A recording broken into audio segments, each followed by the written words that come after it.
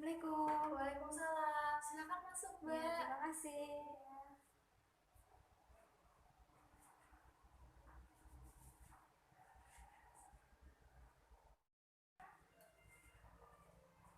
Selamat pagi, Mbak. Ya, benar dengan Mbak Gisa? Iya, benar. Ya, perkenalkan saya Khofifah Supiana dari Praktikan Universitas Muhammadiyah Kudus. Ya. Di sini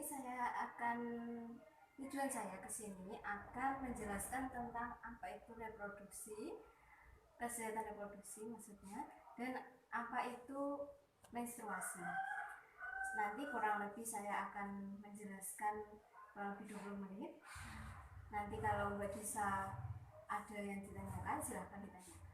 Bagaimana Mbak Gisa? Ya, Sudah siap? sudah siap. Baik, di sini saya akan menjelaskan tentang kesehatan reproduksi. Kesehatan reproduksi yaitu suatu keadaan fisik, mental, sosial yang utuh, bukan hanya bebas dari penyakit atau kecacatan dalam segala aspek yang berhubungan dengan sistem reproduksi, fungsi serta prosesnya, atau suatu keadaan di mana manusia dapat menikmati kehidupan seksualnya serta mampu menjalankan fungsi dan proses reproduksinya secara sehat dan aman. Kenapa remaja perlu mengetahui kesehatan reproduksi, Mbak Gisa? Bisa menjelaskan? Belum. Ya. Saya akan menjelaskan ya. Kenapa remaja perlu mengetahui kesehatan reproduksi, yaitu agar memiliki informasi yang benar mengenai proses reproduksi serta berbagai faktor yang ada di sekitarnya. Dengan informasi yang benar, diharapkan remaja memiliki sikap dan tingkah laku yang bertanggung jawab. Bagaimana Mbak Gisa? Sampai sini sudah paham? Sudah. Selanjutnya saya akan menjelaskan tentang tumbuh kembang remaja. Tumbuh kembang remaja sendiri dibagi menjadi 3. Masa remaja awal, yaitu dari 10 sampai 13 tahun. Yang kedua, masa remaja tengah, yaitu 14 sampai 16 tahun. Yang ketiga, yaitu masa remaja akhir, yaitu 17 sampai 19 tahun.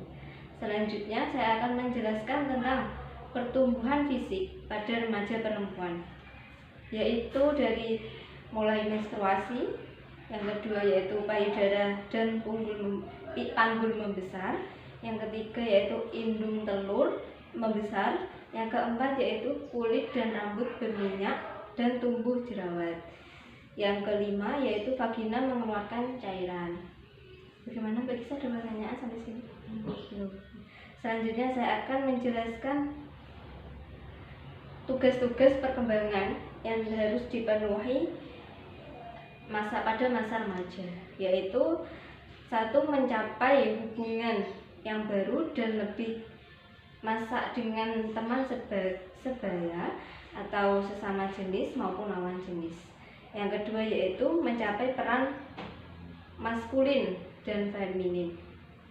Yang ketiga yaitu menerima keadaan fisik dan dapat mempergunakan secara efektif, dan lain sebagainya. Selanjutnya saya akan menjelaskan faktor-faktor yang mempengaruhi kesehatan reproduksi remaja, yaitu ada yang 1, harus menjaga kebersihan organ-organ genitalnya, selalu dibersihkan setiap hari ya Mbak ya. Yang kedua yaitu akses terhadap pendidikan kesehatan, selalu update pendidikan kesehatan. Yaitu yang ketiga, hubungan seksual pranikah. Baik Mbak Gisa, bagaimana saya sudah menjelaskan kesehatan reproduksi remaja? Sampai sini ada pertanyaan? Tidak.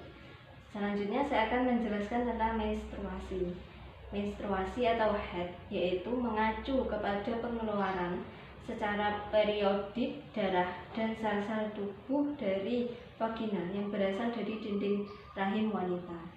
Untuk perhitungan siklus wanita, yaitu 1 siklus menstruasi dihitung dari hari pertama menstruasi sampai tepat 1 hari sebelum menstruasi bulan berikutnya. Bagaimana Mbak Gisa, sudah paham sampai sini? Sudah. Selanjutnya saya akan menjelaskan tentang proses menstruasi. Proses menstruasi yaitu merupakan bagian dari proses reguler yang mempersiapkan tubuh wanita setiap bulannya untuk kehamilan selanjutnya. yaitu selanjutnya PMS atau premenstruasi syndrome, yaitu atau gejala menstruasi, yaitu dapat disertai sebelum atau saat menstruasi. Biasanya itu ditandai dengan keluhan fisik, perasaan malas bergerak, badan menjadi lemas, serta mudah merasa lelah. Yaitu selanjutnya disertai buah dada nyeri, tegang dan sakit saat disentuh, mengalami kram perut atau dismenor, dan kepala seringnya nyeri. Jadi kita biasanya seringnya itu kepalanya kita pusing ya Mbak. Bagaimana, ada pertanyaan? Tidak. Selanjutnya saya akan menjelaskan cara mengatasi PMS. Biasanya itu kurangi makan bergaram seperti kentang goreng, kacang-kacangan, dan makanan berbumbu, dan mengurangi meminum air yang berdingin. Ya, selanjutnya itu kurangi makanan berupa tepung, gula, kafein, dan coklat. Biasanya kan seringnya remaja kan coklat ya Mbak ya. Iya. Kalau moodnya jelek itu coklat ya Mbak ya. Yang ketiga yaitu tambahkan makanan yang mengandung kalsium dan vitamin C yang yang dosisnya tinggi seminggu sebelum menstruasi. Yang keempat yaitu makan makanan berserat dan memperbanyak minum air putih. Yang kelima yaitu jika menstruasi cukup banyak mengeluarkan darah, perbanyak makan makanan atau suplemen yang mengandung zat besi agar terhindar dari anemia. Baik. Bagaimana bagi saya sampai sini? Ada pertanyaan? Tidak ada. Yes. Baik, saya akan menjelaskan cara mengatasi menstruasi, yaitu ada beberapa tips cara mencegah nyeri saat menstruasi, yaitu 1. Hindari olahraga berat selama menstruasi. Yang kedua yaitu hindari konsumsi alkohol, kopi, dan juga coklat karena dapat meningkatkan kadar estrogen yang nantinya dapat memicu lepasnya prostalagin. Hindari juga makanan yang bersuhu dingin atau misalnya es krim. Konsumsi vitamin E, vitamin B6 atau minyak ikan. Konsumsi sayuran juga dan buah-buahan serta makanan rendah lemak. Selanjutnya saya akan menjelaskan cara menjaga kebersihan saat menstruasi, yaitu jagalah kebersihan selalu daerah genitalnya. Selanjutnya bersihkan dengan air dari depan ke belakang dan gantilah pembalut minimal 3 kali sehari. Bagaimana Mbak Gisa? Sampai sini ada pertanyaan? Tidak, terima kasih.